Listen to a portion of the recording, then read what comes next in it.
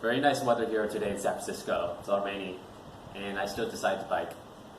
I think it was Mark Twain that said, the coldest winter I ever knew was the summer I spent in San Francisco. Well, it's almost summer, it's spring right now, April the 4th, 2020. Right, so today I want to talk about a guy I used to work with in one of my old jobs. And I think enough time has passed where I can speak objectively about it and analyze that person based on my own experiences. Right, so let's call this person B. Right, so B, he was an older guy that I used to work with, and of course I only knew him on a professional level. I didn't know him on a personal level. Allow me to be clear on that. Right, so B, he seemed in many ways, he seemed similar to me. He liked to bike a lot, which I do, and he didn't really like to drink alcohol, same as me. He was also a very serious person. Normally he didn't smile much or talk unless he needed to talk, which is similar to me as well. And he didn't seem like a natural-born leader as well, which I'll get to in a minute. Right, so to me, now that I look back at him, he seemed like a old, lean, grizzled veteran of decades in the corporate environment. And also, there's something about him, I can't really put my finger on it. He seemed kind of bitter, and I can't really describe it, it's just the way he seemed to me. And besides that, it looked like to me he didn't really enjoy life that much. Maybe because he didn't smile that much, which I'm trying to do a little bit more of smiling. Right, so when I was 21, I was on the standard accounting path. And I was in upstate New York during that summer when I was 21. I had an internship in upstate New York, and it was my first time working and living by myself. So it was my first taste of the real world, quote. And I approached it with this youthful enthusiasm. I thought to myself, I'm going to do everything right. I'm going to exercise. I'm going to walk and bike everywhere, go to the gym.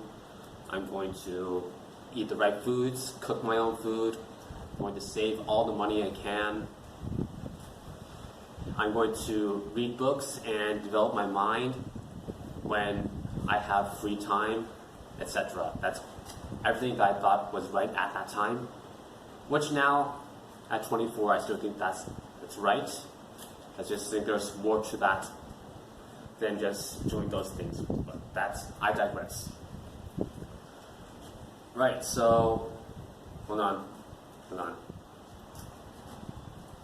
So the reason why I thought B was not a natural-born leader was when there were any major decisions that needed to be made, he will always defer it to the top dog. He wouldn't make it himself. So it seemed to me that he got to where he was not because he was a leader, but because he spent decades and outlasted everyone else. His hair was all white. And what's the price to be paid to get to that upper management position the way that B did it? It's time. And so I think to myself, and I thought to myself, was I really willing to spend decades of my life to get to somewhere where he was at? And the answer was no. And when I got to know him a bit more, we got to talk a little bit more about ourselves on a personal level. I told him that it was my dream to travel the world. And when he heard me talking a little bit about that, he would steer the conversation to his work in Western Europe many years ago. And to me, it didn't seem like he saw much of the world. And I knew that if it was me in his position, not being able to see much of the world when I still had my youth and vigor intact, that would be something I would regret for the rest of my life. All right, hold on. Give me a second.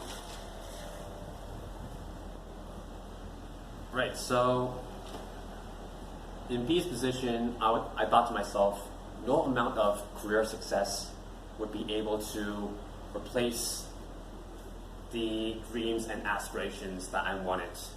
I was not willing to spend decades there in that accounting field. So another way to put it, if you are on a chosen path, look at someone that is 5 years, decade, even decades ahead of you on a similar path.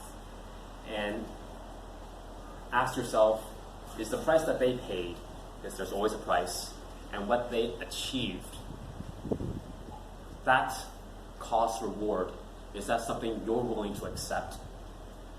And by answering that, and pairing it with your values, then you know what to do next. Alright, and I got a new necklace. You like it? Called dog tags. Alright, that's all I have to say.